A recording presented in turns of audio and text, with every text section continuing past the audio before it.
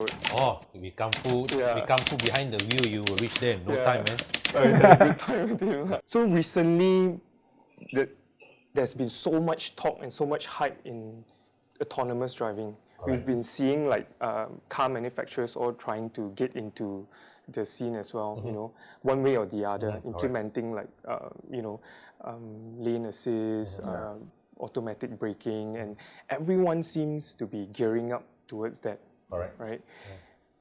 And for the last 5 years, we've seen a lot more changes in the way we drive, or at least the way we perceive driving to be compared to the last 50 years. You know, so what do you guys think about the future of autonomous driving? Okay, let's put it this way.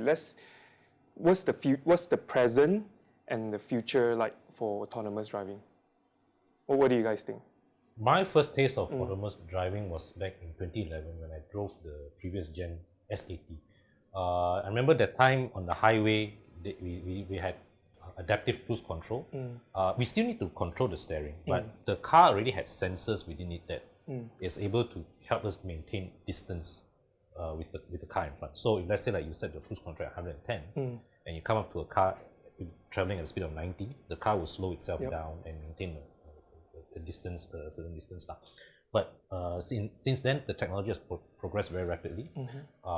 Previously, these technologies were only available in cars like Volvo S80, Mercedes S-Class. The more premium cars. More premium cars. But then in more recent years, then we have also come up with autonomous emergency braking. Car detect an object in front, stop automatically.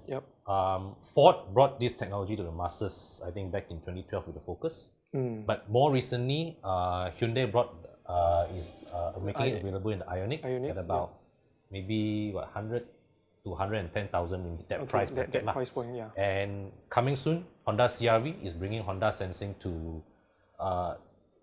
this called advanced driving assistance features into a popular mainstream model. So like it or not, autonomous driving features or advanced driving assistance features is here to stay, and it's going to be even more widespread in terms of its availability. We are talking about the levels of autonomous driving, right? So there is 4 levels or 5 out there. 5. According, if you follow SAE definition, is 5. 5 levels. So can you elaborate a little bit on the levels? There is, as I mentioned earlier in the S80 example, there's adaptive cruise control. That is level 1. Okay, that is like the first stage. Then there's level 2, which as progressively you go from level 1, 2, 3, 4, 5, more and more automation kicks in, right?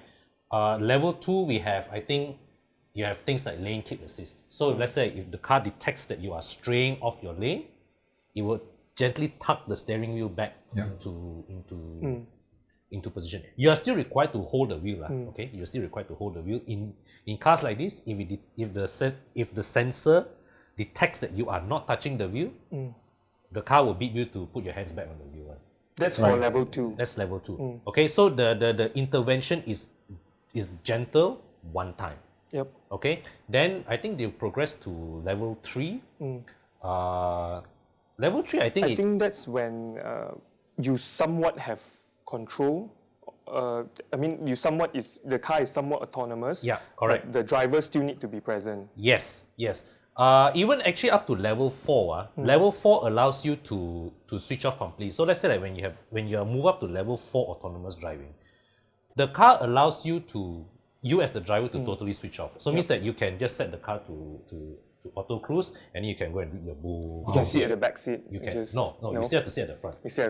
You can read your book. You can call your wife, that kind of thing. But you are required at a fraction's notice part to come to reassert back control to intervene if there's anything. Because all these autonomous driving, they depend on sensors to tell you the surrounding conditions. Correct. Okay. So in the instance, let's say like bad weather, or let's say bad road markings, right? The autonomous driving system cannot handle itself. So it will need you, the driver, to reassert control back of the car. Beyond this, we have level 5. Level 5 is when you are not, the car can be driven totally free of human intervention. That is level 5. But I think even in level 5 or so, the car is designed to allow the human driver to manually control the vehicle if needed, but it's not necessary anymore. Okay. So level 5 will probably be like the Google car that we see now, that they are testing now a lot in the States, where basically there's no steering wheels, there's no pedals and stuff like that. You just go in with 2 seats and you just enjoy the ride. Yeah, correct. Right? Correct. Okay. I wouldn't call it enjoy lah, because that car may probably put me out of a job. Yeah, time to come. Yeah, for sure. It probably would, right? Let me show you guys this video of what Google car is actually doing. It's actually very interesting, just to see how far we have come in terms of autonomous driving. So the way I see it is Google is playing the other way around. Correct. Compared to car manufacturers. Car manufacturers is trying to build a car with autonomous features. Correct. Right? Whereas Google is trying to build a product for autonomous driving. So far, following them, they seem to be doing a very good job. So Kon, I noticed that you have done a unit test. Yeah, We crashed into a TV box. That one, a little bit of fun I had with our friends from Roadblocks. But you see, that one was the objective of that video. I mean, as far as our friends from Roadblocks told me, is the objective was to steer conversation was to provoke conversation about autonomous emergency braking. Okay, so the test was admittedly a very crude, very rudimentary test where we had where we drove the Ioniq, I think at speed about 30 to 40 kilometers per hour. We put a TV box in there, in front of that, and see whether the car will stop or not. So it did not. But that's not that you see, that is what do you mean a TV box? Like the like your Samsung TV box. Did you like the cardboard?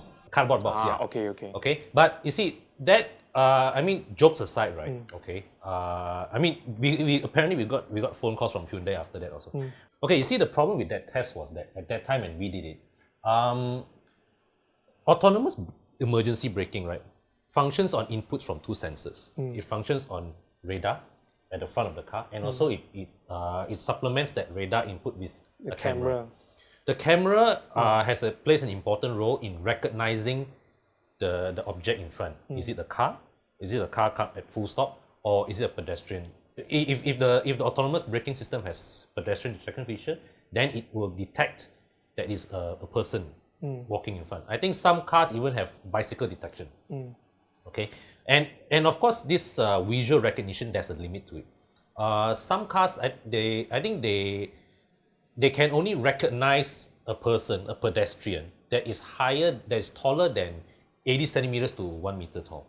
So there's still a lot of things that the system is not designed to detect, like a TV box, for example. But I think the video had the desired impact in getting people to talk about autonomous emergency braking. And what the message that we should drive home is that such advanced driver assistant features, they are very helpful in stepping in to cover for you in the event of emergency. In the event where, let's say, like there's a sudden lapse of concentration. Okay, but it does not substitute good driver judgment. Yeah. But doesn't it react to like obstacles or like a wall if you were to crash into it? To be honest, I cannot answer that myself because I did not personally calibrate the system. But what I do know is that majority of systems in the market operate on the require the vehicle to detect and identify the object before slamming the brakes. Yeah. So essentially, the card box is actually not tall enough. Because I think the other thing also is that, right, they also do not want to brake at everything. It's simply because I think they want to minimize the instances of false alarm. Yeah, but that would be a tricky part, actually. That would be a tricky part. Yeah. So that's why it goes back to my argument that, I mean, these systems are good to have to step in and cover you in lapse, brief moments of lapse concentration. But it cannot substitute the driver. Correct. At this point in time, is kind of like complementing. Yes, it does not replace the driver instead of like taking over. Yes. At present time, I guess this is where we are at. Yeah. You know. Yeah. It's probably still a novelty aspect. But it's so exciting just to I don't know. imagine. You guys tested the Volvo S90 and V90. Yeah, recently. correct. Did you try out the autonomous driving? Autonomous braking Not feature? so much, but we switch on all the features, the lane keeping, the auto braking, and all that stuff. To me personally, when I was driving the XC90, it felt it's still lacking that human touch. It's still lacking that human element. I feel like when I was sharing with you how the XC90 auto brakes, I was going to brake already, but the car actually stepped in quicker than I did. So initially I felt a bit uncomfortable, like, oh, why is it like that, But it's a good feature. That nudges you to tell you, hey, you should brake. Even though instinctively I would have braked. It's just that I would have braked a bit later, perhaps. Right. So, in that sense, I felt it's still lacking that whole natural aspect where it can seamlessly just weave into to really support the driver as a whole. I think that's still quite some way from happening. Because when you talk about seamlessness, right, the other feature to highlight is lane keep assist. So sometimes if let's say like in really sharp corners, you unavoidably, when you take that corner, you will drift slightly into the next lane. But when you have a not so well calibrated lane keep assist feature, the system will detect that you are impinging on the other lane, right, and will very harshly bring you back, right? In a way, yeah. So that one, in my opinion, it does distract from the driving process a little. I think where the lane keep assist will come in is to assist people with texting while they're driving. Pretty much. Correct. The millennials maybe. But we're not supposed to text when we're driving, right? Exactly. No, or let's say, for example, maybe in the case where the driver is preoccupied by... No, he's dropped his concentration level, lost concentration, and so he just drift across the lane. Actually, the other one that now it came back across my mind is the Ford Ranger, the Ranger Wild Track. Ranger Wild Track, I thought the lane keep assist is pretty well calibrated too. For a car that is so brute and rough, right? The steering intervention, as sometimes as I try to drift across the lane, right, the intervention is very gentle but firm. It gently, edges you back towards into the proper lane. Yeah. A few years ago, I tried the Infiniti Q50. Have you tried it? No. That one was quite amusing for me. Okay, I switched on all the driver aids, and the Infiniti Q50 has steer by wire, right? So I remember, right, when I tried to go and nudge the car towards the lane, right, it feels as if there's a force field holding the car. It's like I'm bouncing back off a force field, So it was very funny to me, But does it feel natural? Not entirely, no. But it was amusing to try, for sure. Okay. And that car, I remember I was driving through downtown KL, right? The traffic jam queue assist feature of that car is, in my choice of word, very proactive. So let's say I was driving, right, and right like this, right? So there's a car that come from another lane, it cut in right in front of me, right? In the space of one car length, even with a one car length gap, right, the system already braked the car for me. Already applied the brakes. But to the car's credit, the application of the brakes were very progressive, very gentle. It's not abrupt. But then again, I was traveling at very low speed. Okay. I was just amazed that actually I could just sit my feet totally off the pedals and just let the car steer itself, drive itself. But all these features all can be switched off, right? All can be switched off. Okay. You have to have the capacity to capability. You have to have the option to switch it off. So because just now when you're mentioning that you try to wear off, then it holds you back, right? Yeah. So if someone wants to, basically it's quite safe in that sense. If someone is falling asleep halfway driving, it actually nudges you and brings you back to A few years ago, when the current generation Mazda 6 car actually first came out, I tried the lane keep assist in that car. I was quite impressed because most lane keep assist features, right, they require you to signal before to deactivate. But if you activate your signal, the car knows that you are purposely switching lanes. The Mazda system is able to judge actually based on your steering input that you are actually deliberately moving into a lane whether or not you are signaling. So the time when I tried, and this was in 2013. So when you just let the car drift, the car will gently ease itself back to the lane. But if you were to apply deliberate steering effort, even like a small angle, the car knows that you're making a deliberate lane change, it will not interfere. Is it detecting the signal light as well? No. I mean, the resistance from the steering? That one was purely steering input because there were a couple of occasions where I deliberately did not use the signal. I mean, bad example, but I deliberately did not use the signal to try whether, and surprisingly, it judged my intentions pretty well enough. My colleague Hans recently tried the Honda sensing feature in the CR-V. What Hans' feedback in his review of in his brief review of the CR-V, right?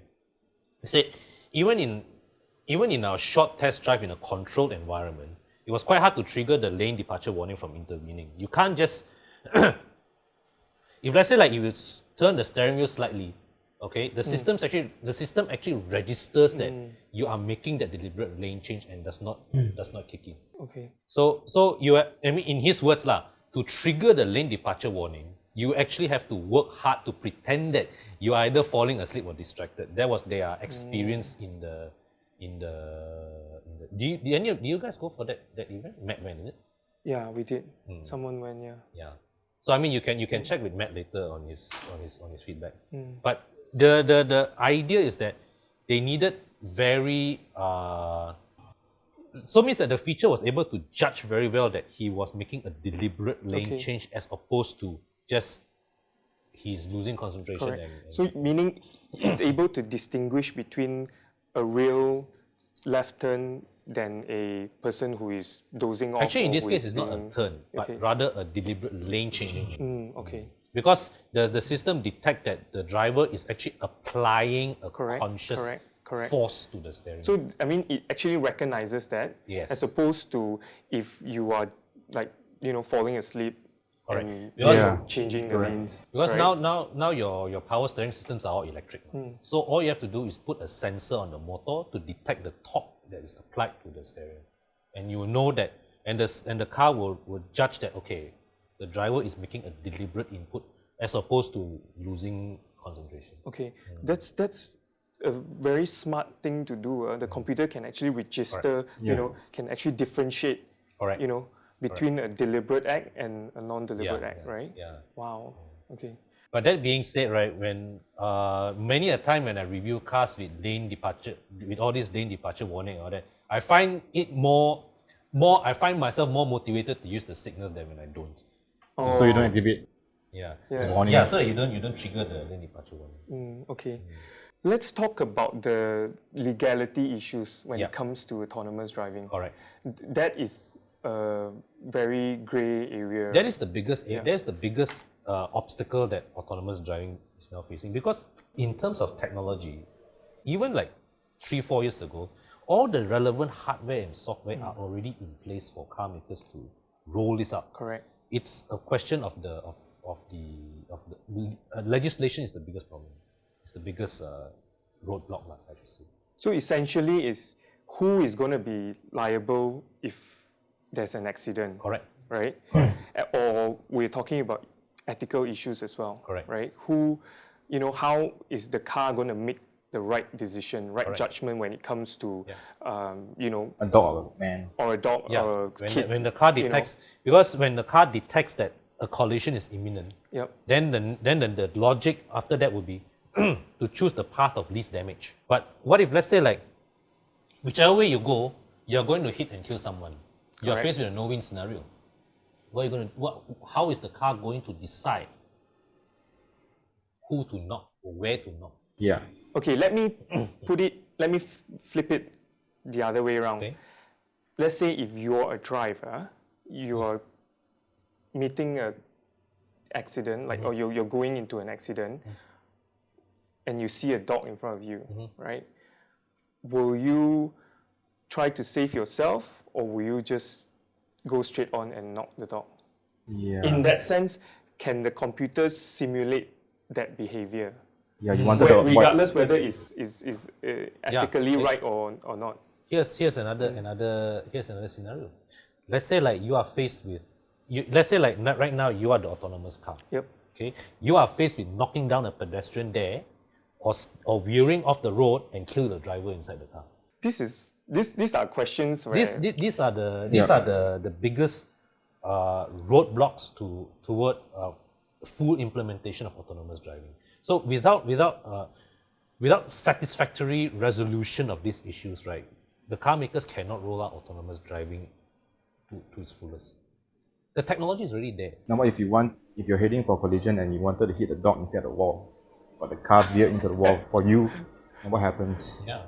Then the judgment, but if let's say you hit the wall, you may die. Yeah. correct. And the car doesn't know that. Yeah. Correct. So But you as a driver, you would rather hit a dog than a wall, right? Yeah, but the car went for the wall instead. Correct. While you are trying to hit the dog. So there's so many variables to consider, right? Correct. Like they can do all sorts of test cases and simulate this and put it into the computer, but I think when it comes to reality, it's not as simple. And at the end of it, right, after all these issues are resolved, governments around the world will be faced with the question, how do I fit all this into my legal framework?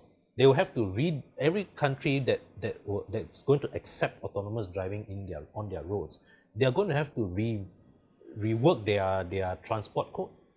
Essentially, what do you guys think? Like, yay or nay for autonomous driving? Or do you think we're not ready yet? Or if so, in the future, do you think that, almost all cars will be one way or the other, autonomous driving? I think I'm definitely looking forward to it. It's just, at the moment, it just takes away the enjoyment from driving. Oh, there's a bigger problem, Tom. It's going to take me out of a job. Us all. It's going to put us out of a job. But How about manufacturers come to a point where it's a win-win, where you have autonomous driving features, but at the same time you have the ability to fully control the car when you want to. You know what I'm trying to say? Yeah, that actually is the only logical way forward. I mean, think about a plane, for example, right? 90% of the time, a plane flies on autopilot, but you don't see the pilots being taken out of the picture. But the pilots are still there to step in and handle the plane when needed. Yeah. So the same thing. I see the same future for cars. Like it or not, autonomous driving is going to be more and more widespread. It's just a question of how soon can we have it. But we are still very, very far away from entirely removing the human driver out of the equation. Doesn't seem very far for Google, like the example that we just pulled out just now. Google, like what you say, Google is actually developing the software, but that car is not going to be able to hit the road anytime soon. Yeah, because correct, Google is not a car manufacturer. They cannot do crash testing. Yep. They have to do homologation. All this is no joke, but they are very good with software. So what you've pointed out earlier before in our talk, I see what happening is that Google will be developing a very good autonomous driving platform which other manufacturers can adopt and use for their cars. That's what I envision. Because essentially, like I mentioned just now, they are good in mapping the whole area. Yes. So they take an area and then they 3D map it, Yes. and it's so accurate that the car can GPS handle, mapping is a very essential component of autonomous driving. Yeah, the car can handle any situation, any terrain, in any form of environment. And you need real-time GPS data. Correct. So yourself, Tom, what is your take at the end of the day? Well, it's definitely coming. I hope in the next 4 or 5 years we can take more attention away from the driving. So you can free up more time to do, your other stuff. Your texting, Like your while you're website. going to work or going to office, you can actually write an article. You can actually publish it. I wouldn't mind. No. I wouldn't Exactly. mind the car going to park itself while I get down. Let's put it that way. Self-relay, yeah, self-relay. That'd be very nice. I think that will be more. That will be soon rather than like autonomous driving, right? Because we've already seen like a couple of cars who is able to park by itself. Previously, we talked a bit about autonomous driving in premium cars. Correct. So let's talk about the mainstream cars, Correct. like the Honda and the Hyundai Ioniq. Yeah. You know, what do you think these guys are up to? I mean, are they also trying to jump into the bandwagon of autonomous driving? Are they giving out more features like that? We can see now the latest for Honda sensing and also the Ioniq has features like that, right? Right. Yeah. So what do you guys think? I think the point where advanced driver assistance systems, came into the picture for the mainstream buyers, the mass market buyers, was when Ford introduced it in the Focus 2012. Okay, but taking it a bigger picture, right? In Europe, Euro NCAP requires all cars to have autonomous emergency braking as a prerequisite for them to get 5 stars. As a prerequisite, and I believe they Right.